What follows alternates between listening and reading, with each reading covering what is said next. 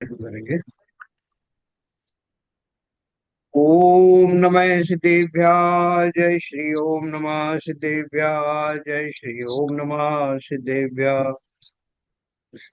मंगलम भगवान वीरो मंगलम गौतम गणी मंगलम कुंद कुंदाद्यो जैन धर्मोस्तु मंगलम सर्वमंगल मांगल्यम सर्व कल्याण कारकम प्रधान सर्वधर्माणां जैनम जयतु शासनम जैनम जयतु शासनम जैनम जयतु शासनम मोक्षमार्गस्य नेतारं वेत्तारं कर्म भूव्रतां ज्ञातारं विश्वतत्त्वानां वन्दे तद्गुणलब्धये। आचार्य उमा स्वामी द्वारा रचित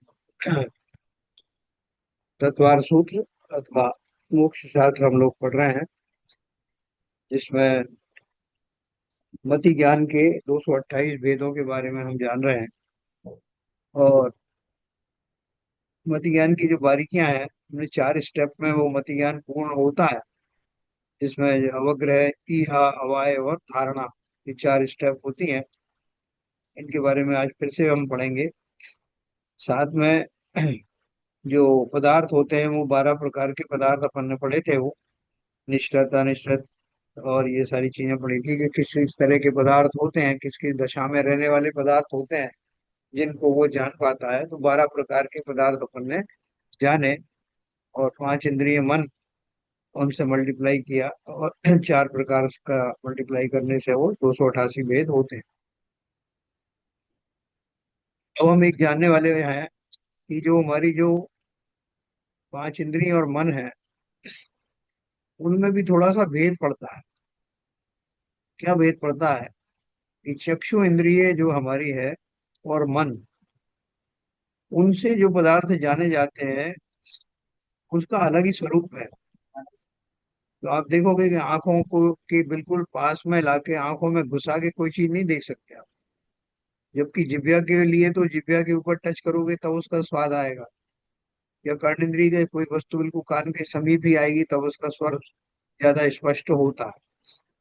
लेकिन आंखों और मन का विषय ऐसा है कि आंखें से थोड़ा दूर रखेंगे आप, और मन भी ऐसा है कि मन में जो हृदय स्थान में ले जाने से तो कोई चीज पता नहीं लगती, लेकिन आपको उसके विषय दूर से रह करके भी मन को आप भली प्रकार मन के द्वारा वस्तु को जान सकते हैं।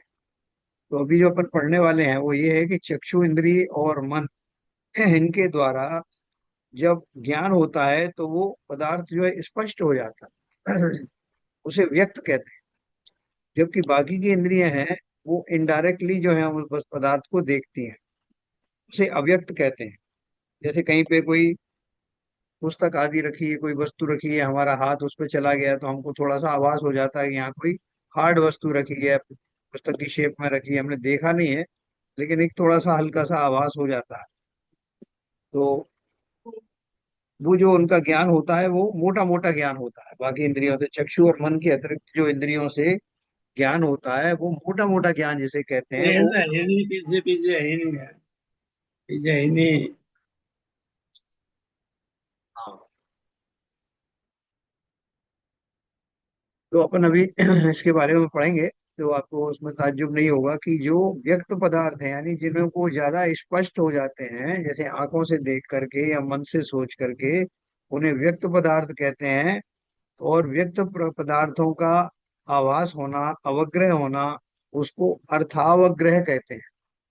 जब भी कोई सूक्ष्म वस्तुओं को हम जानते हैं तो वो अर्थ में आती है। अर्थ और व्यंजन पर्याय आपने सुना होगा। तो व्यंजन जो होता है वो मोटी मोटी चीजें को व्यंजन बोलते हैं, और अर्थ किसको बोलते हैं? सूक्ष्म अर्थ।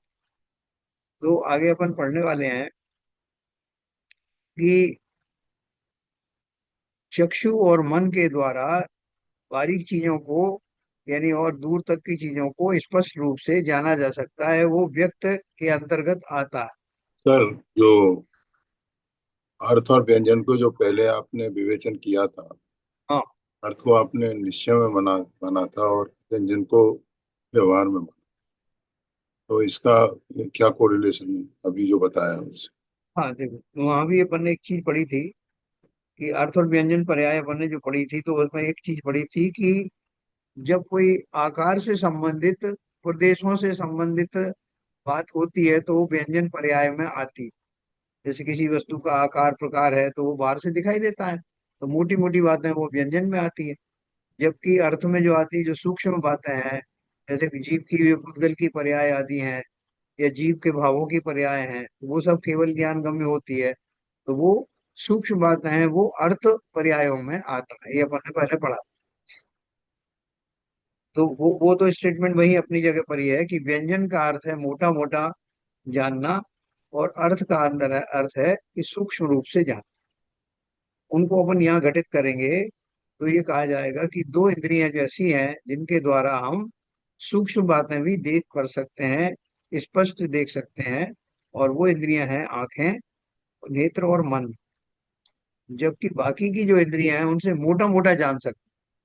जैसे कोई एक आपको सामने का सीन देखने के लिए आंखों से देखोगे तो पूरा दिख जाएगा क्लियर, लेकिन जिसकी आंखें नहीं है, आप उनको वो अंदाज से देखेगा, कुछ चीजें टटोल के देखेगा, कुछ सूम करके देखेगा, सूम कर देखेगा, चेक करके देखेगा, लेकिन वैसा स्पष्ट उसको आभास नहीं होगा जैसे आंखों के द्वारा होता है या मन के द्वारा चिंतन किया जाता है। तो ये दोनों में फर्क है। तो उन्होंने बोला कि चक्षु इंद्रिय और मन के द्वारा जो जाना जाता है, क्योंकि वो ज्यादा स्पष्ट है, व्यक्त है, इसलिए उसके द्वारा जाने गए अवग्रह को अर्थावग्रह कहते हैं। सूक्ष्म बात भी जानता है, व्यक्त बात को जानता है, अर्थावग्रह है। शेष जो इंद्रियां हैं, चक्षु और मन के अतिरिक्त जो चार हैं, उनसे मोटा मोटा जाना जा सकता है, और इसलिए उनको, उस अवग्रह को व्यंजन अवग्रह कहते हैं। थोड़ा कुछ क्लियर हुआ? ठीक है। आगे पढ़ते हैं, बंदे को और क्लियर होगा इसके बाद।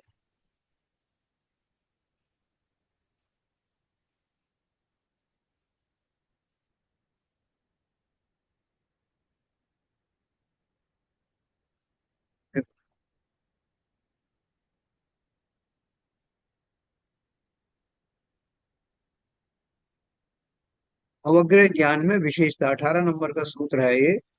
व्यंजनस्यावग्रह, व्यंजनस यानी अप्रगट रूप शब्दादि पदार्थों का अवग्रह यानी मात्र अवग्रह ज्ञान होता है। इहादि तीन ज्ञान नहीं होते। क्या बोल रहे हैं? जो पदार्थ अप्रगट हैं, मतलब एकदम स्पष्ट रूप से देखने में नहीं आ रहे हैं, उनका जो ज्ञान होता है वो चार स्टेप में से पहली स्टेप वाला ही होता है, जिसे अवग्रह कहते हैं। यह अवाय और धारणा वाला नहीं होता, ऐसा वो कह रहे हैं। कैसे वो कह रहे हैं, इसको अपन स्पष्ट समझेंगे। अवग्रह के दो भेद हैं।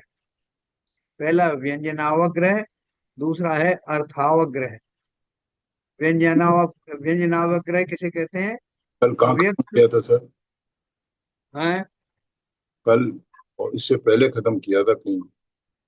नहीं, अपन ने यहाँ पर ऊपर खत्म किया था नहीं, मात्र गुण पर्यायों के साथ नहीं होता ये अपन ने ये पढ़ा था। अर्थस्य उपरोक्त 12 अथवा 288 भेद पदार्थ के यानी द्रव्य के, वस्तु के हैं। यह भेद व्यक्त पदार्थ के कहे हैं। अव्यक्त पदार्थ के लिए 18वां सूत्र कहा। यदि कोई कहे कि रूपादि गुण ही इंद्रियों के द्वारा ग्रहण किए जा सकते हैं, इसलिए रूपादि गुणों का ही अवग्रह होता है, ना कि द्रव्यों का, तो यह कहना ठीक नहीं है। यह यहाँ बताया गया है, इंद्रियों के द्वारा रूप आदि जाने जाते हैं, यह कहने मात्र का व्यवहार है। रूपादि गुण द्रव्य से अभिन्न है, इसलिए ऐसा व्यवहार होता है कि मैंने रूप को देखा या मैंने गंध को सूंघा, किंतु गुण पर्याय द्रव्य से भिन्न नहीं है, इसलिए पदार्थ का ज्ञान होता है।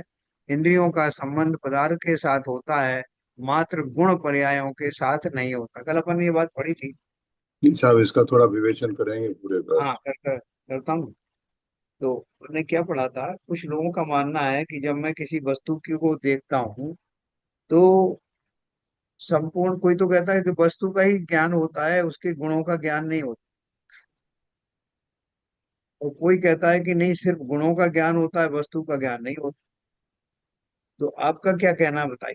जब हम किसी वस्तु के समीप आते हैं, उसको देखते हैं, नहीं समझते हैं। नहीं, देखिए सर, अब जो मैं समझ पाया हूँ, हम्म। ज्ञान पूरा स्वयं के ऊपर डिपेंड करता है। हाँ, मगर ज्ञान जो होगा तो वस्तु का और उसके गुणों का, दोनों का ही होना चाहिए। बहुत बढ़िया है। क्यों होना चाहिए? क्योंकि आप जिस पदार्थ को, जिस वस्तु को देख रहे हैं, उसके गुणों से ही तो उसको आप पहचान रहे हैं क्या वस्तु है। उसके गुणों ये से ही समझ तो आया। आप पहचान रहे हैं क्या वस्तु है। नहीं, अभी आपने जैसे उस वस्तु को बाहर से देखा, आपने शक्कर को देखा। हाँ। शक्कर को देखा तो उसकी सफेदी तो आपके दिमाग में आ गई, सफेदी स्वयं भी एक गुण है।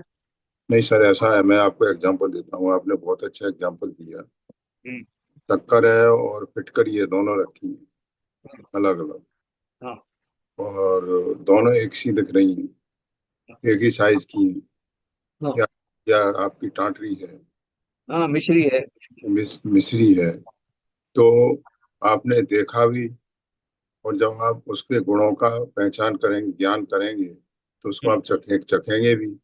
हम्म। तो चखेंगे तब आपको मालूम पड़ेगा कि कौन सा गुण है, कौन सा शक्कर है, कौन सी मिश्री है, कौन सी फिटकरी है, कौन से क्या कहते हैं टाटरी है। bravo। तो ये एक गुण को देखने से ही पूरा ज्ञान प्राप्त नहीं हो सकता। हम्म। तो आपको सभी गुणों पर अवलोकन करना पड़ेगा। बढ़िया आपने बात कही। देखो, न केवल वस्तु, वस्तु हम किसे कहते हैं? हम जो मोटे तौर पे वस्तु कहते हैं, जो हमें आंखों से उसका आकार प्रकार दिखाई दे, उसका रंग आदि दिखाई दे। तो अगर हम रंग की बात करेंगे तो वो भी एक गुण है। आकार की बात करेंगे तो वो भी प्रदेशों के अनुसार वो भी उसका एक गुण एक ही गुण, है, कितनी ये जगह घेरता है। और उसके बाकी गुणों देखेंगे, जैसे आपने कहा उसको चेक करके देखेंगे कि इसमें दोनों में क्या अंतर है, कि स्पर्श नमक कर, है कि शक्कर है। स्पर्श स्पर्श। करके देखेंगे, हाँ कड़ा है कि चिकना है। आंखों से आपने देख लिया, का नाक से सूंघ के देखेंगे ना। और उसके बारे में कहीं आपने नेट के ऊपर देखा तो वो बोलेंगे ऐसा ऐसा दिखाई देने वाला जो पदार्थ है वो फिटकरी होता है। तो कान से भी सुन लिया आपने। वो सारे गुणों का ग्रहण आप बारी बारी से करते हो, तो वो बाद में कालांतर में फिर आपको उस फिर से चखने की जरूरत नहीं है। एक बार आपने किसी पदार्थ को चख लिया, अब आपको मालूम पड़ गया कि शक्कर कैसी होती है उसके साथ, तो आपने उस तब उस पदार्थ को आपने सुन करके जान लिया। लेकिन वास्तव में जब उसको शक्कर साफ शब्द दिमाग में आया, तब आपको उसके गुण भी दिमाग में आते हैं, ये मीठी होती है, ये सब अपने आप आ जाता है। इसलिए जब हम किसी पदार्थ को जानते हैं, तो न केवल उसके आकार प्रकार से, बल्कि उसके गुणों और पर्यायों से भी उसको जानते हैं। है ना? पर्याय शब्द आया तो जैसे पानी है, पानी इस समय बर्फ के रूप में है कि भाप के रूप में है, तो उसकी पर्यायों को भी हम जानते हैं। पानी से निर्मित हुआ ये भी जानते हैं, इस समय पानी नहीं है, भाप है। तो कुल मिलाकर के जैसे आपने कहा, पदार्थ का जब ज्ञान होता है तो उसके गुण और पर्यायों का भी ज्ञान होता है। ठीक है ना? तो ये कहना कि खाली पदार्थ का ज्ञान होता है, गुणों का नहीं होता, या ये खाली के गुणों का ही होता है, अब गुण तो जब आप परखोगे तब मालूम पड़ेगा ना। सही बात। वस्तु तो बाहर से दिखाई दे जाती है। तो इसलिए दोनों का ही मिला जुला रूप होता है, इसलिए लिखा है इन्होंने, इंद्रियों के द्वारा रूपादि जाने जाते हैं, ये कहने मात्र का व्यवहार है। रूपादि गुण द्रव्य से अभिन्न है। जितने भी गुण हैं वो द्रव्य के ही तो पार्ट है, क्योंकि गुणों के समूह को ही द्रव्य कहते हैं। इसलिए ऐसा व्यवहार होता है कि मैंने रूप को देखा या मैंने गंध को सूंघा, किंतु गुण पर्याय द्रव्य से भिन्न नहीं है। मतलब ये मत समझो कि हमने बोल दिया कि मैंने रूप को देखा, इसका अर्थ है कि मैं पदार्थ को खाली गुणों से ही जानता हूँ, आकार प्रकार से नहीं जानता। वो दोनों तरह से जानते हैं। हम उसके स्वरूप को, बाह्य स्वरूप को भी देख करके समझ लेते हैं पदार्थ क्या है, और उसकी बारीकी में जाते हैं तो उसको बाकी इंद्रियों का सहारा लेकर उसके गुणों को भी जान जाते बहुत क्लियर हैं। हो इसलिए गया। Very good. इंद्रियों का संबंध पदार्थ के साथ होता है, मात्र गुण पर्यायों के साथ नहीं होता। जब पदार्थ कहते हैं तो उसमें गुण पर्याय सब शामिल होता है। इसके बाद अपन ने ये अवग्रह ज्ञान में विशेषता के बारे में पढ़ा। व्यंजनस्याव्यग्रह, अप्रकट रूप शब्दादि पदार्थों का मात्र अवग्रह ज्ञान होता है, इहादि तीन ज्ञान नहीं होते। अप्रकट रूप शब्दादि क्या है? किसी कहीं को आवाज आई तो आपको समझ में नहीं आया कि ये आवाज कोई कुछ बोल रहा है या कुछ बर्तन के गिरने की आवाज आई है, ये क्या हुआ है, और उतनी आवाज आने के बाद वो बंद हो गई। तो आपको उसका ज्ञान क्या हुआ? वो जो ध्वनि आई, उसको वो आपको प्रकट नहीं हुई, इतना तो पता लगा कि कुछ आवाज आई। तो इसलिए बोल रहे हैं कि अगर वो अप्रकट शब्द हैं तो उनका ज्ञान आपका कितना हुआ? खाली एक परसेप्शन तक आगे रुक गया। उसके आगे विशेष बात तो कोई जानने में नहीं आई, ना आपकी धारणा में आई, ना आपकी अवाय में आई, ये अवाय में आई, इस तरह से। फिर उसको उन्होंने और विस्तार किया। अवग्रह के दो भेद होते हैं, व्यंजन अवग्रह और अर्थावग्रह। है ना? यहाँ मैंने आपको बताया कि व्यंजन मोटी मोटी चीज को कहते हैं, उनका तो भाई मोटा मोटा ऐसा समझ लो। और अर्थावग्रह कहते हैं उसकी बारीकी में जाते हैं। तो यहाँ व्यंजनावग्रह के बारे में लिखा है उन्होंने, अव्यक्त अप्रकट पदार्थ के अवग्रह को व्यंजनावग्रह कहते हैं। अभी जैसे आपको ऊपर साउंड के बारे में मैंने बताया, तो वो कैसी साउंड है कि वो क्लियर नहीं है कि किस चीज की थी, क्या थी, कोई बोल रहा था या कोई बर्तन गिरा था क्या, बहुत क्लियर नहीं है।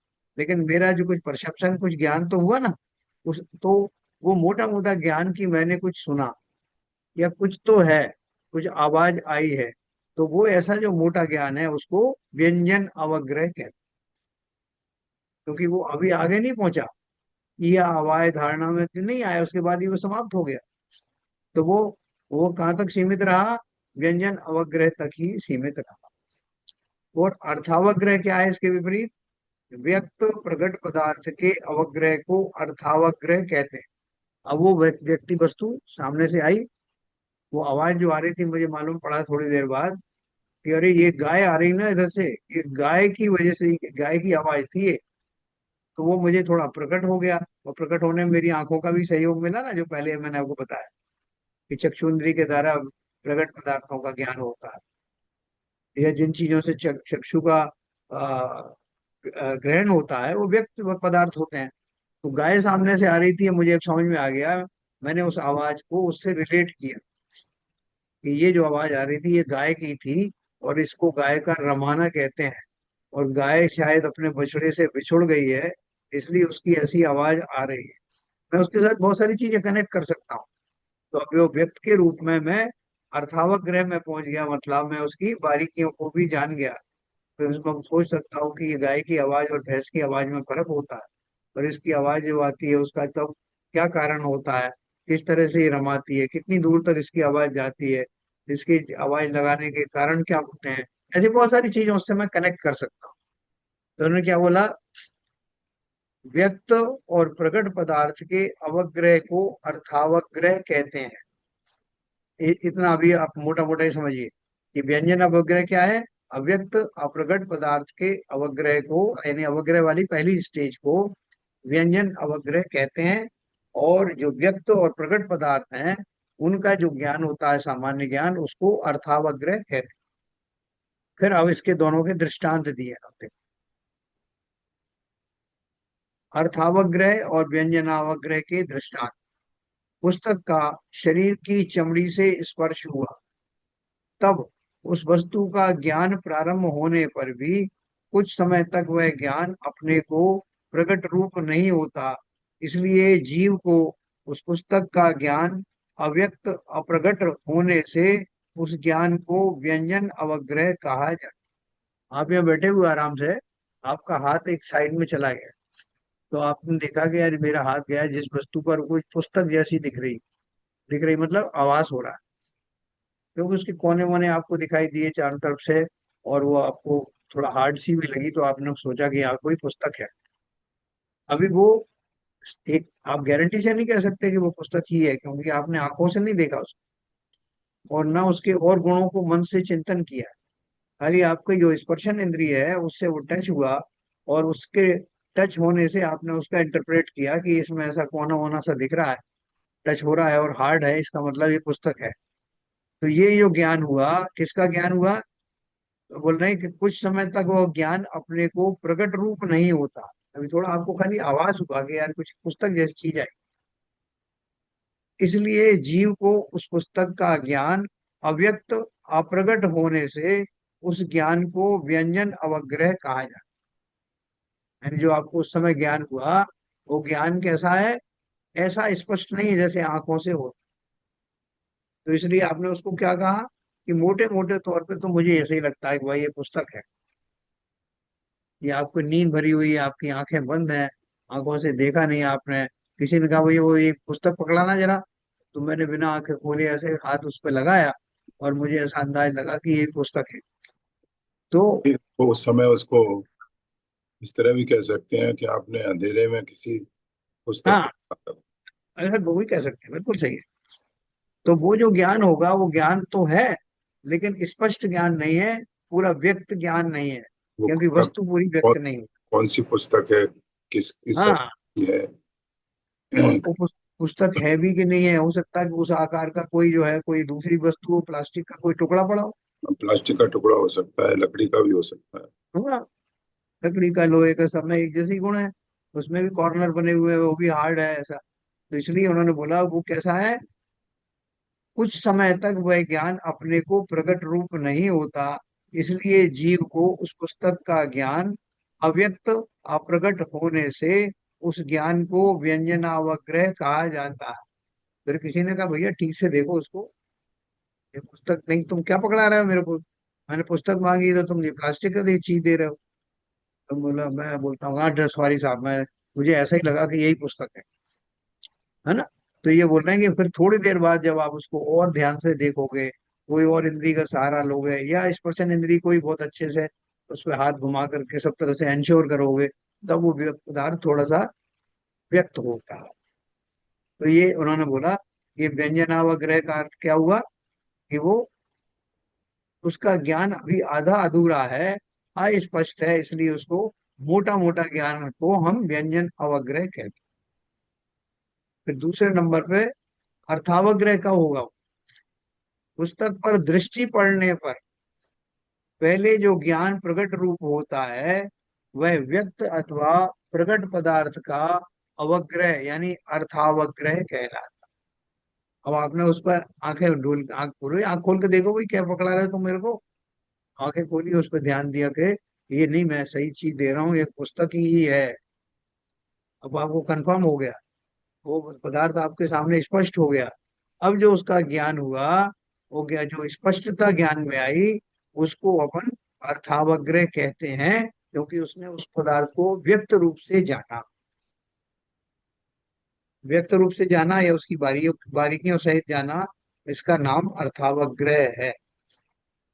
तो देखो नीचे उन्होंने क्लेरिफाई किया, व्यंजनावाग्रह चक्षु और मन के अतिरिक्त चार इंद्रियों के द्वारा होता है। मोटा मोटा ज्ञान के लिए आपको कोई भी इंद्रिय से ज्ञान हो सकता है। आंखों से तो हो ही सकता है, आंखों से दोनों चीजें हो सकती हैं, अर्थावग्रह भी हो सकता है और व्यंजनावग्रह भी हो सकता है। मन के द्वारा भी ऐसा ही है, लेकिन जो अर्थावग्रह है उसमें मुख्य रूप से चक्षु इंद्रिय और मन का ही इन्वॉल्वमेंट हो। ठीक है, व्यंजनावग्रह चक्षु और मन के अतिरिक्त चार इंद्रियों के द्वारा होता है। व्यंजनावग्रह के बाद ज्ञान प्रकट रूप हो जाता है, उसे अर्थावग्रह कहते हैं। चक्षु और मन के द्वारा अर्थावग्रह होता है ना। अब किसी व्यक्ति को, अब वो थे ना वो संजय जी, जिसने वो महाभारत के युद्ध के बारे में उनको बताया था, किनको, अथवा धृतराष्ट्र। तो धृतराष्ट्र की आंखें नहीं थी, तो वो उनसे पूछते रहते थे, वो वहां का युद्ध का हाल बताते रहते थे कि ऐसा हो रहा है, वह वैसा हो रहा है, वैसा हो रहा है। तो वो सब जो ज्ञान उसके ज्ञान के द्वारा बता रहा था, तो संजय का ज्ञान कौन सा था और धृतराष्ट्र का ज्ञान कौन सा था? संजय का ज्ञान तो बता।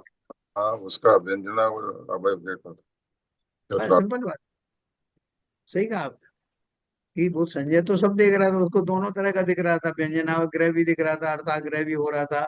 और जबकि वो जो सुना रहा था, तो उसको सुन करके जो वो कल्पना कर रहे थे, अच्छा ऐसा हो रहा होगा, अब दुर्योधन ये कर रहा होगा, अब वहां से तीर आ रहे हैं, वो जो रनिंग कमेंट्री सुन रहे थे, तो उनको जो ज्ञान हो रहा था वो ऐसा स्पष्ट नहीं था जैसे संजय को होता। ठीक है ना। पहले अपन रेडियो पे कमेंट्री सुनते थे ना, अब टीवी पे देखते हैं। बिल्कुल दोनों सही। में फर्क है। तो ये देखो, ये विविधताएं हैं ज्ञान की, जो अपन करते थे अभी भी करते हैं, उसको अभी स्पष्ट रूप से अपन समझ रहे हैं कि ज्ञान की क्या क्या दशाएं होती हैं, इसमें कितनी जो है भेद होते हैं, किस किस तरह से जीव जानता है। इसलिए कई बार जो है बहुत सारे भ्रम हो जाते हैं कि किसी ने जो है नींद में है, उसने उठा करके एक रस्सी पड़ी थी बगल में, और रस्सी के चक्कर में सांप को पकड़ लिया। सांप उधर से गुजर रहा था, उसने हाथ उठाया तो रस्सी समझ के उसको पकड़े रहा। लेकिन जब उसमें कुछ हलचल हुई या किसी ने कहा अरे तो सांप है, आपने क्या पकड़ लिया, तो एकदम घबरा के छोड़ देता है। वो ज्ञान कौन सा हुआ? पहले कौन सा ज्ञान हुआ था, बाद में कौन सा ज्ञान हुआ? है ना, ये सब अपन सीक्वेंस समझेंगे, ये बहुत रोचक चीजें हैं। या अपन करते तो सब वही है जो इसमें आ रहा है, लेकिन अपने को ये ज्ञान नहीं है कि वो ज्ञान की संपूर्णता कैसे होती है, ज्ञान की मंदता कैसे होती है, कोई बातें हमें कुछ कैसी समझ में आती हैं, कई बातों में हमें भ्रम हो जाता है ना। तो ये सारी चीजें ये उसमें आती हैं, चिंतन में भी आता है, ज्ञान में भी आता है। अभी जैसे किसी एक सज्जन ने मुझे फोन किया, तो उन्होंने फोन किया, उस समय मैं देख नहीं पाया, दूर रखा था फोन। फिर उन्होंने दोबारा फोन किया, उस समय मैं बाथरूम में था, वॉशरूम में था। तो मैंने सोचा कि इनको बाद में वॉशरूम से निकल के बात करेंगे, मैंने वो उसकी घंटी काट दी। तो उनको एक भ्रम हुआ कि अचानक से मेरे फोन उठाने बंद कर दिए, इसके पीछे कुछ ना कुछ कारण है, और बहुत सारी धारणाएं बन बन गई। फिर जब मैंने उनको कॉल बैक किया तो उन्होंने बोला क्या बात है साहब, आप नाराज हैं क्या? मैंने कहा, नहीं तो क्या हुआ? बोले मैंने 2 बजे भी फोन किया था आपको, तब आपने उठाया नहीं, अभी भी किया था आपने काट दिया। मैंने बोला काटने के बाद फिर मैंने कॉल बैक किया ना, इसका मतलब ये कि मैं कहीं बिजी था इसमें, इसलिए नहीं कर पाया। तो अगर वो उतनी देर में एक्सप्लेनेशन नहीं जाता तो उनकी धारणा कुछ और बन जाती। ऐसा हम सबके साथ बहुत बार होता है, हम बहुत सारे व्यक्तियों के बारे में गलत धारणाएं बना लेते हैं। हमारे जो ज्ञान है, ज्ञान में कौन सी इंद्रियों का इन्वॉल्वमेंट हुआ, मेरा बैकग्राउंड चिंतन का क्या था उस समय, और क्या क्या चिंतन चल रहा था, पूर्व धारणाएं क्या थी, जिसे बायसनेस कहते हैं, प्रिजुडिसनेस कहते हैं, ये सारा एक ज्ञान का विषय है। वो जानोगे तो आपके बहुत सारे भ्रम टूट जाएंगे, और लोगों को के प्रति आपकी होने वाली गलतफहमियों पर विराम लगेगा। क्या सीवी जान साहब, होगा कि नहीं होगा ऐसा? सही बात है। इसलिए ये बहुत रोचक विषय है, इसको ऐसे ही मत छोड़ देना। हमें किस प्रकार से ज्ञान होता है, कौन कौन सी इंद्रियों के द्वारा ज्ञान होने पर वो प्रकट ज्ञान कहा जाता है, व्यक्त ज्ञान कहा जाता है, कौन सी इंद्रियों का ज्ञान को व्यक्त ज्ञान नहीं माना जाता, और संपूर्ण इंद्रियों को और मन के इन्वॉल्वमेंट के बाद पदार्थ का ज्ञान ज्यादा स्पष्ट होता है या कम होता है, थोड़ी सी बात सुन करके अधूरी रहने पर कौन सा ज्ञान होता है, ये सब बात अपन पढ़ने वाले हैं। इसे बहुत इंटरेस्ट से समझना, समझने की बात है खाली, कहीं आपको एग्जाम नहीं लिखना।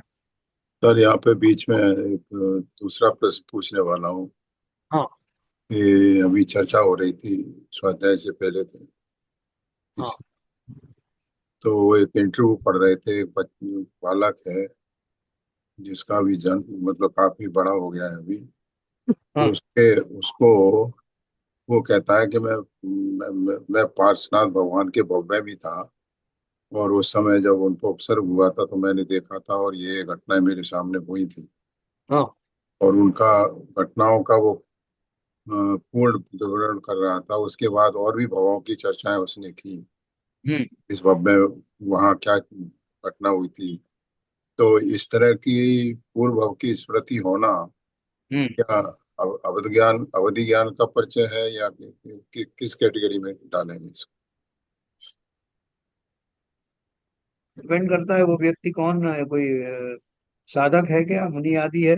नहीं नहीं, अभी तो लड़का ही है, यंग लड़का है। और जिन धर्म का उसको बहुत अच्छा ज्ञान है हाँ। इस समय। अभी उसने दीक्षा वीक्षा लेने की तैयारी कर रहा है। देखो, अवधि ज्ञान बहुत बड़ा विषय है, बहुत और वो जो है वो साधारणतः इस काल में नहीं पाया जाता। तो इसलिए उसको अवधि ज्ञान तो मेरे हिसाब से नहीं कहा जाएगा। लेकिन निमित्त ज्ञान एक का भी एक बहुत बड़ा व्यापक जो है वो दायरा होता है। अच्छा। वो निमित्त ज्ञान बहुत बड़ी चीज है, उसके तो ऊपर पूरा एक आचारांग है, जो 12 द्वादशांग वाणी है, उसमें निमित्त ज्ञान का भी एक स्थान है। हाँ, महानिमित्त वगैरह भी होते हैं। और फिर निमित्त ज्ञान के और बहुत सारे भेद होते हैं। उसमें एक जो कर्ण पिशाचिनी विद्या होती है, जैसे आपने वो भैंस रोड गढ़ के पंडित जी के बारे में सुना था, जी जी जी। टेलीफोन टेलीफोन वाले बाबा कहा जाता था। हाँ। तो उनको एक कर्ण पिशाचिनी विद्या सिद्ध थी। वो कान में जब कोई प्रश्न पूछता था, उनकी सिद्धि के कारण उनके कान में आकर के वो विद्या बता देती, कि जो प्रश्न पूछा कि वो फलाना व्यक्ति कहाँ है, तो वो बता देते थे। जब तक वो विद्या का जो है उनका उघाड़ रहा, तब तक वो सटीक बता पाए। उसके बाद वो विद्या की एक अवधि होती है, उसके बाद में नहीं बता पाते। तो फिर वो एक्सपोज होने लग गए थे। तो फिर वो जो भी कुछ अंदाज से बताते थे, कभी सच होता कभी गलत होता। इसी वही तरह तो। से। भाई इसने तो, उसके माँ बाप बताते हैं कि बचपन से ही वो इस तरह की स्मृतियों के बारे में वर्णन करता रहता है। उसने कोई विद्या विद्या सिद्ध नहीं की है, मतलब कोई मंत्र मंत्रों से कोई सिद्धि नहीं की है। हाँ, नहीं मंत्र से नहीं किया। तो वो तो मैंने आपको एक खाली ऐसे ही बता दिया। हम्म। बाकी एक जाति स्मरण होता है, जाति स्मरण शब्द आपने सुना होगा। जी सर। जाति स्मरण बहुत प्रमुख कारण है जिसके कारण पूर्व भवों का ज्ञान होता है। अच्छा। जैसे आपने नारकियों के बारे में सुना कि उनको पूर्व भवों का जाति स्मरण होने से सम्यक दर्शन हो जाता है। जी। और उसका नाम वेदना सम्यक रख देते हैं। तो वेदना से क्या होता है कि उनको इमीडिएटली वेदना एक ट्रिगरिंग पॉइंट होता है, जिससे वो कंपेल हो जाते हैं सोचने के लिए कि मैं यहाँ क्यों आया। तो वो तो ट्रिगरिंग पॉइंट हो गया उनका वेदना। लेकिन उस वेदना के बाद वो अपने जब ज्ञान का सहारा लेते हैं, तो उनको जाति स्मरण जिनको हो जाता है, उनको पता लग जाता है कि इस भाव में क्यों आए। मनुष्य भाव में भी ऐसा होता है। तो इतना तो अपन ने सुना था कि 2-3 भाव से पहले क्या, 1-2 भाव पहले का लोग जानते हैं। लेकिन अब पार्श्वनाथ भगवान को हुए तो कितने वर्ष हो गए। अरे तो वही तो बता रहा हूँ। हाँ, वो हाँ, इतने हाँ। और भी उसके बीच में जो भवा है उसके बारे में भी उसका काफी उसने चर्चा हुई है उससे। तो वो शायद वो जैन नहीं है, और वो लड़के आजकल उनके बारे में बहुत आ रहा फेसबुक में, और वो जैन भी नहीं है शायद। नहीं, जैन भले ही नहीं हो बहन जी, हाँ। मगर वो जो चर्चा कर रहा है वो जिन हाँ। जिन जिन शासन की कर रहा है। हाँ, वो बोल रहे हैं हम पारसनाथ जी के जो भगवान जी के उपसर्ग हुए थे वो भी उनने देखे हैं। वही अब ये वही। थोड़ा सा बहुत ज्यादा पता नहीं अपने को इस बारे में। इतना जरूर है कि जाति स्मरण के द्वारा 1-2 भाव के बारे में तो लोग जानते हैं। लेकिन ये तो कई कई भाव की बात हो गई। अरे साहब महावीर, पार्श्वनाथ भगवान तो 3,000 साल तो महावीर स्वामी को ही हो गए। यस।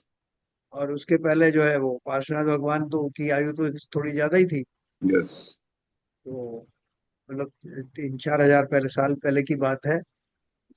और उससे ज्यादा ही होगी सर। हाँ। हालांकि आप एक बात देख सकते हैं कि पार्श्वनाथ भगवान के समय की बनी हुई प्रतिमाएं, चौथे काल की प्रतिमाएं निकलती ना अभी भी। अभी भी निकलती है, वो बात तो सही। हाँ। तो वो प्रतिमाएं निकलती हैं, तो इसका अर्थ ये है कि उस समय तक की बहुत सारी यादें आज भी हैं। वो बीच में हम्म। प्रलय तो हुई नहीं है। जी जी जी। तो अयोध्या नगरी में आपको कुछ ऐसे चिन्ह दिख जाएंगे कि वहां कभी रामचंद्र जी हुए थे, कभी और जो आदिनाथ भगवान आदि हुए थे, वो सब चिन्ह मिल जाएंगे आपको। खुदाई में भी बहुत सारी वस्तुएं मिलती हैं।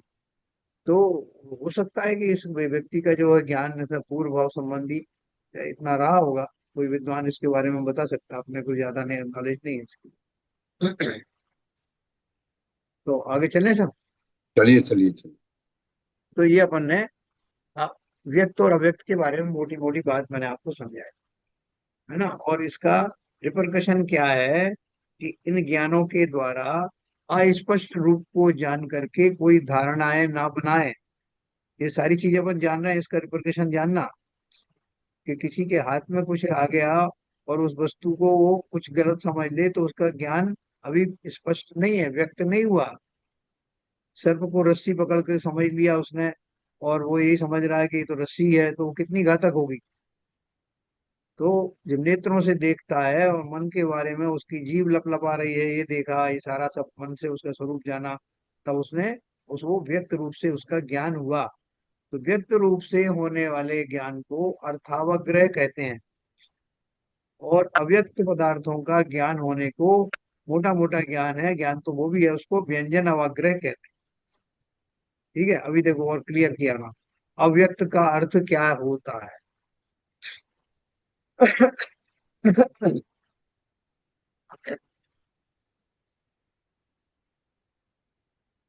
जैसे मिट्टी के कोरे घड़े को पानी के छींटे डालकर भिगोना प्रारंभ किया जाए तो थोड़े छींटे पड़ने पर भी वे ऐसे सूख जाते हैं कि देखने वाला उस स्थान को भीगा हुआ नहीं कह सकता। तथापि युक्ति से तो वह भीगा हुआ ही है, यह बात माननी ही होगी। उसी प्रकार कान, नाक, जीभ और त्वचा, ये चार इंद्रियां अपने विषयों के साथ भिड़ती हैं, तभी ज्ञान उत्पन्न होता है। इसलिए पहले ही कुछ समय तक विषय का मंद संबंध रहने से ज्ञान होने का प्रारंभ हो जाने पर भी प्रकट मालूम नहीं होता। तथापि विषय का संबंध प्रारंभ हो गया है, इसलिए ज्ञान का होना भी प्रारंभ हो गया है। यह बात युक्ति से अवश्य माननी पड़ेगी। देखो क्या बात कर रहे हैं, मैं उसको दो एग्जांपल देता हूँ। एक तो आपने आपको नींद आ गई, तो आप सो गए। तो सो गए तो बगल में किसी ने बोला सो गए क्या, तो आपने तुरंत कहा नहीं नहीं कहाँ सोए। तो वो व्यक्ति वास्तव में सोया था कि नहीं सोया था, या किंचित सोया था, या सोने की इनिशियल स्टेज में था, बताइए। सोने की इनिशियल स्टेज में था। इनिशियल स्टेज, है ना। तो उस स्टेज में थोड़ी देर में उसको कर्राटे भी आते या जो भी आता, गहरी सांसें होने लगती, लेकिन अभी शुरुआत थी, तो सोने की प्रक्रिया तो उसकी प्रारंभ हो गई। तो ये जो प्रारंभिक प्रक्रिया हुई सोने की, उसको व्यंजनावाग्रह कहते हैं। ठीक है, ये सोने से मैंने रिलेट किया, मैं आपको वचनों के माध्यम से बता, है ना। जैसे इन्होंने एक उदाहरण दिया कि मिट्टी का घड़ा, मैं अपन चिकना घड़ा भी कहते हैं ना, ये सब चिकने घड़े हैं। चिकने घड़े का अर्थ क्या है कि सब इनके ऊपर पानी नहीं रुकेगा। पानी नहीं रुकता है, पानी तो डाला, लेकिन अपन उसको उनकी पर्सनैलिटी के लिए बोलते हैं ना, ये चिकने घड़े हैं साहब, इधर से सुनते हैं उधर निकाल देते हैं, इनको कुछ फर्क नहीं पड़ता, ऐसे ही बोलते हैं ना। तो यहाँ लेकिन बात तो कही, असर पड़ा या नहीं पड़ा वो अलग बात। इसी तरह जैसे आपने कहा चिकनी मिट्टी का बना, उस पर जल ठहरता नहीं है, लेकिन जल तो डाला गया ना, उसके ऊपर जल डालने की घटना तो हुई, और जल उसके ऊपर से फ्लो भी किया, लेकिन वो आपको दिखाई नहीं दे रहा है, यानी उसके पूर्ण गुण आर्द्रता दिखाई नहीं दे रही है, इसलिए वो अर्थावग्रह ना हो करके व्यंजनावग्रह होगा। तो दोनों स्थिति में चिकड़े चिकड़े घड़े पे पानी डालो या कच्चे मतलब नॉर्मल घड़े पे पानी डालो, हाँ उसमें तो पानी सूख गया, हाँ और चिकने घड़े पे डाला तो बह गया।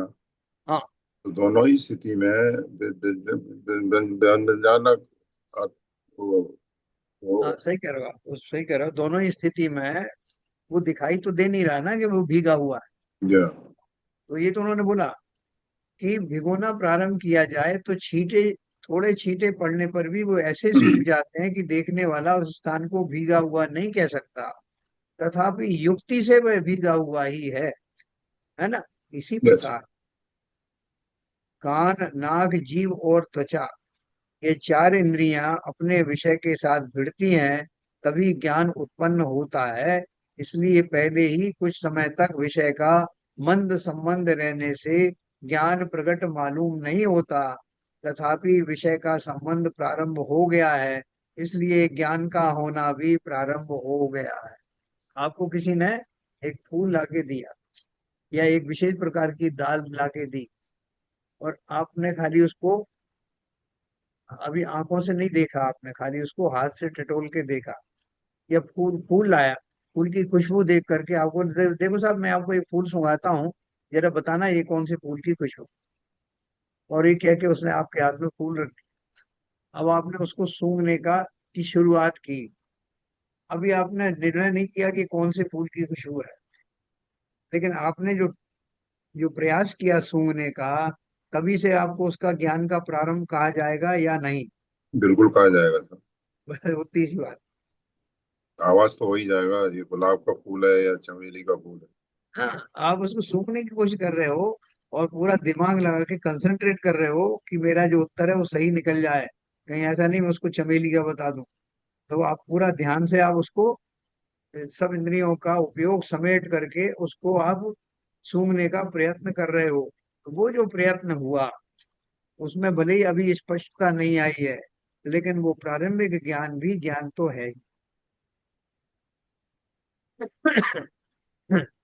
तो इसलिए बोला, कुछ समय तक विषय का मंद संबंध रहने से ज्ञान प्रकट मालूम नहीं होता, तथापि विषय का संबंध प्रारंभ हो गया है, इसलिए ज्ञान का होना भी प्रारंभ हो गया।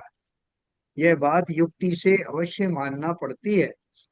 उसे, यानी उस प्रारंभ हुए ज्ञान को अव्यक्त ज्ञान अथवा व्यंजन अवग्रह कह। जो जो प्रारंभिक उसकी टेंडेंसी हुई ना जानने की, उस ज्ञान को चूंकि वो पूरी तरह से व्यक्त नहीं हुआ, इसलिए उसकी कौन सी कैटेगरी होगी? या तो अर्थावग्रह होगी या व्यंजनावग्रह होगी। तो कौन सी कहलाएगी? क्योंकि निर्णय अभी उसका पूरा हुआ नहीं, स्पष्ट रूप से पदार्थ को जाना नहीं, लेकिन ज्ञान की प्रक्रिया प्रारंभ हो गई, इसलिए उसको मोटे मोटा व्यंजनावग्रह हो गया। ठीक है ना? बस ये आप समझते जाना, फिर अपन इसको कंक्लूड करेंगे कि इन सब को जानने का फायदा क्या है। जब व्यंजनावग्रह में विषय का स्पष्ट स्वरूप ही स्पष्ट नहीं जाना जाता, तब फिर विशेषता की शंका तथा समाधान रूप इत्यादि ज्ञान तो कहाँ से हो सकता। इसलिए अव्यक्त का अवग्रह मात्र ही होता है, इत्यादि नहीं होते। उन्होंने ये चीज सिद्ध की है। क्या बात कही उन्होंने? और क्या कहना चाहते थे कि जो भी मोटा मोटा ज्ञान होता है वो उससे आगे नहीं बढ़ता। उससे आगे नहीं बढ़ता मतलब अगर वो वस्तु जो है अस्पष्ट है, अव्यक्त है। जैसे मैंने आपको उदाहरण दिया था कि कोई आवाज आई, अब वो आवाज किसकी थी नहीं पता, आवाज आने के बाद बंद हो गई। आपने खोज करने की कोशिश की किस चीज की आवाज थी, क्या थी, और आपने तो आवाज भी लगाई कि भाई कौन है, किसकी आवाज है, फिर कुछ आवाज नहीं आई उसके बाद में। तो आपने भी वो वहां से अपना ध्यान हटा दिया। तो वो जो उतनी आवाज आके रह गई, उसने आपको फर्दर उसको जानने के लिए बाध्य नहीं किया। अगर वो कंटिन्यू होती तो आप सोचते कि ये आ किसकी रही आवाज, इतनी देर से आ रही, कब से आ रही, तो आपकी और इंद्रियां भी इसमें इन्वॉल्व होती, मन भी इन्वॉल्व होता। लेकिन इतनी सी आकर के रुक गई, आपने भी उसको इग्नोर कर दिया। इसका अर्थ हुआ कि वो चार स्टेप जो थी, अवग्रह, इहा, अवाय और धारणा, उनमें से पहली वाली स्टेप यानी अवग्रह पर आकर के ही वो बात खत्म। ठीक है साहब? तो इसलिए Yes, उसको उन्होंने कहा, जब व्यंजनावग्रह में विषय का स्वरूप ही स्पष्ट नहीं जाना जाता, तब फिर विशेषता की शंका तथा समाधान रूप इहादी ज्ञान तो कहाँ से हो सकता। अब मैं उसके बारे में विशेष रूप से जान ही नहीं रहा हूँ। तो आवाज आई और खत्म हो गई, तो मेरा जो फर्स्ट स्टेप थी अवग्रह तक आकर रुक गई। मैं विशेष रूप से उसको जान नहीं रहा हूँ, उसको जानने की कोशिश नहीं कर रहा हूँ। और धारणा में आने का तो सवाल ही नहीं। तो ये उन्होंने कहा। ये अव्यक्त के बारे में बात हुई। अव्यक्त किसे कहते हैं? व्यक्त, व्यक्त का अर्थ मन तथा चक्षु के द्वारा होने वाला ज्ञान, विषय के साथ संबद्ध स्पर्शित होकर नहीं हो सकता, किंतु दूर रहने से ही होता है। इसलिए मन और चक्षु के द्वारा जो ज्ञान होता है वह व्यक्त कहलाता है। तो क्या बोल रहे हैं कि आपकी आंखों से आप देखते हो ना, लेकिन आंखों के ऊपर ही वो कोई वस्तु को रख दे, बिल्कुल पता पुस्तक तो आप पढ़ सकते हो। तो नहीं साहब, आपको पढ़ना है तो मैं आपकी आंख के अंदर घुसा दूंगा ना, तब आप पढ़ पाओगे। ठीक है? आंख के अंदर घुसा दोगे तो कैसे पढ़ पाऊंगा? और आपका जो मन भी काम करता है ना साहब, तो आपका हृदय स्थल पर जो है आपका मन है, उस बात को वहां रख दूंगा मैं, तो आपका मन में सब समझ में आ जाएगा। बोले भैया ऐसा नहीं है, ये दोनों इंद्रियां जो है वस्तु को जब वो व्यक्त होती हैं तब उनको जान लेती है, यानी वो जो उसका रूप आदि है अपना एक डिस्टेंस के ऊपर भी भले ही रहे, लेकिन वो स्पष्ट हो जाती हैं तो चक्षु उसको जान लेता है। अर्थात चक्षु जिसको जानता है वो व्यक्त पदार्थ होते हैं, व्यक्त दशाएं होती हैं, व्यक्त पर्याय को ही जाना जाता है ना। जैसे मन पर्याय ज्ञान का विषय क्या है कि मन में उठने वाले विचार जब कोई आकार लेते हैं अर्थात व्यक्त होते हैं, तब मन उसको जान लेता है, मन पर्याय ज्ञान को जान। तो उन्होंने कहने का अर्थ उनका ये है, ये दो चीजें हैं, पांच इंद्रिय और मन में से चक्षु और मन एक ऐसी जो इंद्रियां हैं जिनके द्वारा व्यक्त पदार्थों को जो स्पष्ट हैं ऑलरेडी उनको ही जानते हैं और अच्छी तरह से जान। तो मन तथा चक्षु के द्वारा होने वाला ज्ञान विषय के साथ संबद्ध स्पर्शित होकर नहीं हो सकता। जैसे जिह्वा के ऊपर में कोई चीज आप रखोगे तब जीव उसका स्वाद ले, नाक के बिल्कुल समीप कोई वस्तु लाओगे नाक की रेंज में तब वो उसको सूंघ पाएगी, है ना। और आप ये भी कह सकते हो भाई आंख के साथ भी तो ऐसा ही है कि आंख जो है वो भी तो दूर से देखती है, जैसे नाक के सामने है ऐसे ही आंख के सामने है, तो नाक के विषय में और आंख के विषय में क्या फर्क हुआ, क्योंकि आंख वस्तु को स्पष्ट रूप से देखती है, पूर्ण व्यक्त के साथ देखती है। खुशबू में बहुत सारे कंफ्यूजन हो सकते हैं, ये खुशबू इधर से आ रही है कि उधर से आ रही है, ये कुछ मिली जुली आ रही है क्या, बहुत सारे कंफ्यूजन हो सकते हैं, वो वस्तु उतनी स्पष्ट नहीं होती। जबकि चक्षु का विषय और मन का विषय स्पष्ट होता है। इसलिए उन्होंने बोला मन तथा चक्षु के द्वारा होने वाला ज्ञान विषय के साथ संबद्ध होकर नहीं हो सकता, किंतु दूर रहने से ही होता है। इसलिए मन और चक्षु के द्वारा जो ज्ञान होता है वह व्यक्त कहलाता है। तो उसने बड़े अच्छे से देखा, दूर से देखा वस्तु, जब पूरे आकार प्रकार में थी तो उसको जाना। मन के साथ भी ऐसा ही है कि अपन कहते हैं पूर्ण मनोयोग से आप इस बात का चिंतन करो, आपको आत्मा का अनुभव अवश्य होगा। कैसे होगा, दिखाई तो दे नहीं रहा, बोले जो आपको लक्षण बताए उन लक्षणों को ध्यान में रखते हुए मन को एकाग्र करके उस वस्तु की कल्पना करोगे, वस्तु साकार हो जाए। तो मन और चक्षु जो है व्यक्त वस्तु को जानता है या उनके द्वारा जाने हुए पदार्थ को के ज्ञान को व्यक्त ज्ञान कहा जाता है। चक्षु तथा मन के द्वारा होने वाला ज्ञान अव्यक्त कदापि नहीं होता, इसलिए उसके द्वारा अर्थावग्रह ही होता है। हैं? तो संजय जो देख रहा था वहां पे महाभारत में, तो कैसा उसका हो रहा था, पूरी आंखें उसको देख रही थी, ठीक है, रनिंग कमेंट्री चल रही थी, और उसकी आंखें मन सब एक साथ पूरी चीज देख रहा था। आंखों से देख रहा था कौन सा योद्धा क्या कर रहा है, मन से जान रहा था कि ये द्रोणाचार्य हैं, इनके गुरु हैं, ये फला है, अब वो तीर उठा रहे हैं, अब ये कर रहे हैं। दोनों मन और चक्षु दोनों जुड़े हुए थे, और वो ज्ञान का व्यापार धृतराष्ट्र के साथ कर रहा था, जिन्हें व्यंजनावग्रह हो रहा था, या उनको अर्थावग्रह जो होता था वो किंचित होता, ऐसा क्लियर नहीं हो रहा था जैसे संजय को। ठीक है ना, उतना ही फर्क है जितना कि कमेंट्री सुनने में और वीडियो देख। तो ये व्यक्त का अर्थ हमने पढ़ा, धीरे धीरे आपको क्लियर होगा, कुछ समझ में नहीं आया तो पूछ सकते हैं, अपन दोबारा पढ़ सकते हैं। क्या सीविजन था, ठीक है, आगे चले। ठीक है, चलो आगे चलिए। अब देखो अव्यक्त और व्यक्त ज्ञान दोनों एक साथ अपत्य है ना। देखो जितना समझ में आए उतना समझना, ना समझ में आए तो अपन दोबारा डिस्कस कर करेंगे, कोई दिक्कत नहीं। नहीं नहीं, कोई दिक्कत नहीं है साहब, इसलिए तो बार बार पूछता हूँ। हाँ, उपरोक्त, क्योंकि देखो ये टॉपिक हमारे जीवन में बहुत कभी बहुत पहले आया भी नहीं हो, इसलिए हमको थोड़ा सा अटपटा भी लग रहा है, और सभी ग्रंथों में ये मिलेगा भी नहीं। तो इसलिए जो कुछ भी है ये बहुत बढ़िया चीज हमको मौका मिला है कि जिस मति और शुद्ध ज्ञान का व्यापार मैं सारे जीवन करता हूँ, भवों भवों से करता आ रहा हूँ, और आगे कितने भवों में करूंगा मैं जानता नहीं। वो कैसा है, वो कैसे उत्पन्न होता है, उसके द्वारा कैसे वस्तुएं जानी जाती हैं, कौन कौन सी स्टेप में जानी जाती हैं, वस्तुओं को कितने प्रकार से जाना जाता है, उनके भेद क्या होते हैं, सब मैं जान रहा हूँ। अपने ज्ञान में अपने ज्ञान के बारे में ही जान। तो अव्यक्त और व्यक्त ज्ञान क्या है? उपरोक्त अव्यक्त ज्ञान का नाम व्यंजनावग्रह है।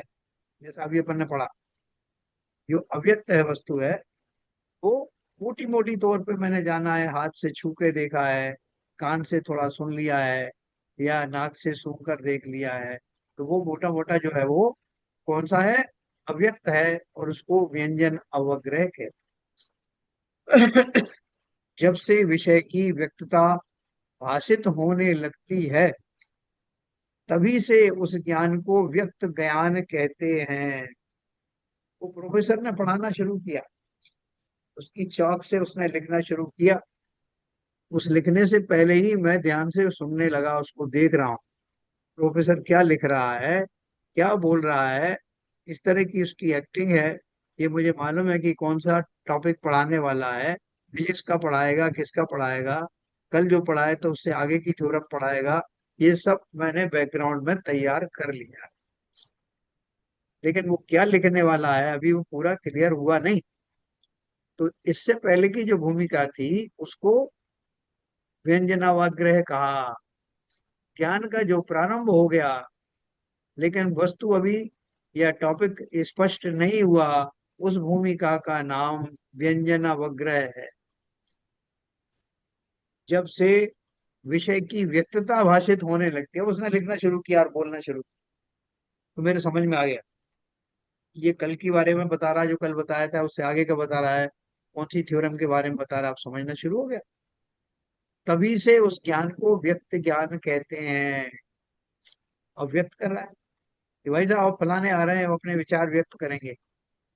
विचार व्यक्त करेंगे तो मतलब क्या है? वो आगे खड़े हो गए सीधे, तो अपन क्या कहेंगे? भाई साहब बोलो तो सही। क्यों साहब बोलें कैसे? आपने बोला था कि ये व्यक्ति आ रहे हैं, ये कुछ व्यक्त करेंगे, तो मैं आ गया हूं ना। वो आ जाने से क्या होगा? व्यक्त करो ना। तो व्यक्त का अर्थ क्या है? कि आप जो कहने वाले हो उस तक, उसको मुझ तक पहुंचाओ, तब उसका व्यक्त बना होगा, तब वो ज्ञान मेरे ज्ञान का, तब वो विषय बनेगा। तो इसलिए बोला उन्होंने कि प्रारंभिक भूमिका में तो व्यंजन अवग्रह हो गया, फिर उसके बाद व्यंजन अवग्रह किसका हो गया? जो अस्पष्ट अव्यक्त ज्ञान। अब वो व्यक्त ज्ञान में आ गया, उसका नाम अर्थावग्रह है। आप इस तरह से समझ लो, मैंने उस अर्थ का ग्रहण कर लिया जो आप व्यक्त करने वाले हो। उस व्यक्त ज्ञान से मैंने उसका अर्थ ग्रहण कर लिया, इसलिए भी अर्थावग्रह है। और बारीकी समझ में आने लगी, इसलिए भी अर्थावग्रह। यह अर्थावग्रह, देखो ब्रैकेट में लिखा भी है उन्होंने, अर्थ सहित अवग्रह सभी इंद्रियों तथा मन के द्वारा होता है। मतलब इसमें इन्वॉल्वमेंट किसका हो गया? जब वो चीज व्यक्त हो गई, जब वो चीज व्यक्त हो गई, तब सभी इंद्रियां उसमें ग्रहण कर सकती। लेकिन जब तक वो व्यक्त नहीं है, तब तक वो उसको ग्रहण नहीं, सब नहीं कर सकती। तो यह अर्थावग्रह, अर्थ सहित अवग्रह सभी इंद्रियों तथा मन के द्वारा होता है। ये हमको क्लियर हो गया, मोटा मोटा व्यक्त ज्ञान, अव्यक्त ज्ञान, अर्थावग्रह, व्यंजनावग्रह। अब वो अपन ने जो पढ़ा था पहले, अवग्रह ज्ञान के बाद में आता है ईहा, फिर आता है अवाय, फिर आता है धारणा, है ना? तो ये अपन ईहा, अवाय और ये धारणा के बारे में एक बार फिर से पढ़ेंगे। समय हो गया हमारा शायद, यस। तो कल इसके बारे में पढ़ेंगे फिर से, तो अब और क्लियर हो जाएगा कि हमने जो ईहा पढ़ा था, अवग्रह के बाद में जो नेक्स्ट स्टेज ईहा की थी वो क्या है, उसके बाद की स्टेज अवाय क्या है, और धारणा क्या है। हाँ, और फिर लास्ट में इसमें आया है, एक के बाद दूसरा ज्ञान होता ही है या नहीं। अवग्रह के होने के बाद ईहा हो या ना हो, और यदि अवग्रह के बाद ईहा हो तो एक ईहा ही होकर छूट जाता है, और कभी कभी अवाय भी होती है। अवाय होने के बाद धारणा होती है और नहीं भी होती। देखो ये स्टेप क्यों बताई जा रही है सारी आपको, कि मुझे सम्यक दर्शन के बाद सम्यक ज्ञान प्राप्त कर, या सम्यक दर्शन पूर्वक अपने ज्ञान को सम्यक करना है। तो मैं जानूं तो सही। आपको किसी ने एक टूल बॉक्स दे के गया कि साहब ये टूल बॉक्स है, इसमें एक तो प्लायर रखा है, एक स्क्रू ड्राइवर रखा है, एक हथौड़ी रखी है, ये सब रखा है। ये किस लिए रखा है, तो मुझे बताओ तो सही इसमें से किसका क्या काम में लेना है। तो वो आपको सारा एक्सप्लेन कर देता है कि ये कब काम आएगा, वो कब काम आएगा। और फिर आप उसको आश्वस्त हो जाते हो कि जब मुझे जरूरत पड़ेगी उसका मैं सहारा लूंगा। ठीक उसी प्रकार से अब समय ज्ञान की का ताला खोलने का समय आ गया। तो वो कैसे खुलेगा, कैसे मेरा ज्ञान, मेरा मति ज्ञान श्रुति ज्ञान सम्यक हो जाएगा, उसके ये हथियार है, औजार हैं। उस ज्ञान के बारे में मैं, उसकी सक्षमता के बारे में, उसकी पावर के बारे में हम थोड़े ही दिनों में जान जाए। तो आज अपन यही समाप्त करते हैं।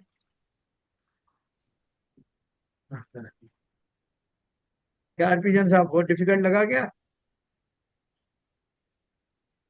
बहुत ही गूढ़ विषय है। है? बहुत ही गूढ़ विषय है।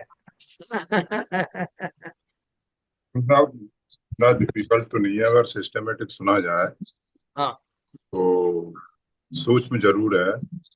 और ये शुरू से अभी तक जो यात्रा चल रही है, तो अपन अब गहराई में जाते जा रहे हैं और कुछ नहीं। ये देखो अपन फिजिक्स नहीं, केमिस्ट्री में। ये समझ में हाँ तो आ रहा है, लेकिन हाँ ये सारे परिभाषाओं को याद रखना, और मतलब ये हम जो कर रहे हैं, पढ़ रहे हैं, तो समझ में भी आ रहा है, लेकिन इसको मतलब बहुत अभ्यास की जरूरत है इसमें, इन चीजों को ध्यान में रख। लेकिन हाँ, प्रैक्टिस में जो बात है वो समझ में आ रहा है कि हाँ ऐसा ही होता है, और वही बात को हमारे को समझाने की कोशिश की जा रही है कि इसी चीज से आगे हमारी और चीजों को रिलेट किया जाएगा। नहीं हाँ शैलेश जी, इसको कंटेस्ट करने की जरूरत नहीं है। अगर एक बार आपने समझ लिया तो जब भी किसी शास्त्र को हम पढ़ेंगे और ये तो आएंगे, तो उस समय अपने को इससे आह्वान हो जाएगा कि इसका मतलब ये हो। हाँ। ये अगर हाँ आपको थोड़ी देर में पूरी सीक्वेंस पता लग जाएगी कि अवग्रह, या अवाय, धारणा क्या है, तो हाँ, आपको एकदम या समझ में आ ये जाएगा। वर्ड आपको वो नहीं लगेंगे, और आपने समझा हुआ सुना हुआ कि भाई इसका यूज कहाँ होता है और कैसे होता है, तो फिर बिल्कुल आपको धीरे धीरे आ बिल्कुल। जाएगा हाँ, समझ में। सही है। इसलिए मैं उसका उपयोग भी बीच बीच में आपको बता रहा हूँ। हाँ। और फाइनली जब अपन इसको कंक्लूड करेंगे इस चैप्टर को, तब आपको पूरी तरह समझ में आएगा कि हमने ये सब बारीकियां क्यों समझी। वो तो अब इसे भी समझ में बिल्कुल ठीक। क्या ललित जी, दिक्कत आ रही बहुत ज्यादा? तो मतलब काफी टफ लग रहा है चीजों को, मतलब एक्चुअली एब्जॉर्ब जैसी कभी एब्जॉर्ब सी होती है, कभी नहीं लगती है, एक्चुअली नहीं नहीं समझ में नहीं आया पूरा नहीं कोई बात नहीं, कैसे कोई बात नहीं। चलता है। अपने पास बहुत टाइम है। ये पूरा चैप्टर पढ़ने के बीच में कई कई बार अपन इनका रिपीटेशन करेंगे। पहले क्या पढ़ लिया है उसको उससे कनेक्ट करेंगे, और इस सबका आशय क्या है, इससे हमें क्या प्राप्ति होने वाली है, ये पढ़ेंगे तो अपने को सब कनेक्ट हो जाएगा। तो ये जो जो शब्द है उनका काफी अलग टाइप का वो है, तो इसका मतलब क्या है एक्चुअली हम लोगों के हिसाब से डेली यूज में इसका कोई मतलब नहीं लगता है। नहीं है, मतलब है। कल कल मैं आपको फिर से बताऊंगा। आज भी मैंने कोशिश की बताने की कि डेली लाइफ में इसका क्या उपयोग है। आप किसी को इन शब्दों के साथ में भले ही आप नहीं बोलो कि क्यों भाई तुम्हारा अवग्रह का क्या हाल है, अभी ईया कैसी चल रही है ना, इसमें से एक धारणा शब्द जरूर आप जो है कभी कभी इस्तेमाल करते हो, बाकी नहीं करते। लेकिन उस प्रक्रिया को हम अच्छे से जानते हैं, जान गए हैं और आगे जानेंगे। सर मेडिकल साइंस में या फिजिक्स में या केमिस्ट्री में जी। जब नाइन्थ में जाके अध्ययन शुरू करते हैं, तो उससे आगे तो नए नए शब्द आते हैं हाँ, वो और टर्मिनोलॉजी आती ही नहीं रही है। अजीब से लगते हैं, मगर वो समझने के बाद वही हमारी लाइफ में प्रैक्टिस में आ जाते हैं। तो उन शब्दों का ललित जी उसी तरह का यहाँ महत्व है, उसी तरह से संज्ञान लेना चाहिए। और उसमें जैसे बहुत सारे बोलते हैं उनके रिफ्लेक्सेस बहुत शार्प हैं, उनका परसेप्शन गलत है, उनका जजमेंट गलत है। ये कंसेप्शन ही सारी कंसेप्ट ही क्लियर नहीं है उनका। कंसेप्ट क्लियर नहीं है, उनके फंडामेंटल बहुत क्लियर, ये सारी चीजें इसी में आएंगी। ठीक है ना, चलो अपन कल को और बात करेंगे, समय हो गया अभी। हाँ, संजय प्रकाश जी, जिनवाणी। मिथ्यात्व में नाश वेको, ज्ञान के प्रकाश वेको, आपा परिभाष वेको, भानु से बखानी है। छहु गवे जान वेको, बंद विधि भान वेको, स्वपर पिछान वेको, परम प्रमानी है। अनुभव ताय वेको, जीव के जताए वेको, कहूँ न सताए वेको, भवे और आनी है। जहाँ तहाँ तार वेको, पार के उतार वेको, सुख विस्तार वेको, यही जिनवाणी है। हे जिनवाणी भारती, तुहे जपू दिन रैन, जो तेरी शरणा गए, सो पावे सुख चैन। जा वाणी के ज्ञान ते, सूझे लोकालोक, सो वाणी मस्तक नमो, सदा देते डोक, सदा देते डोक। जिनवाणी माता की जय। जय।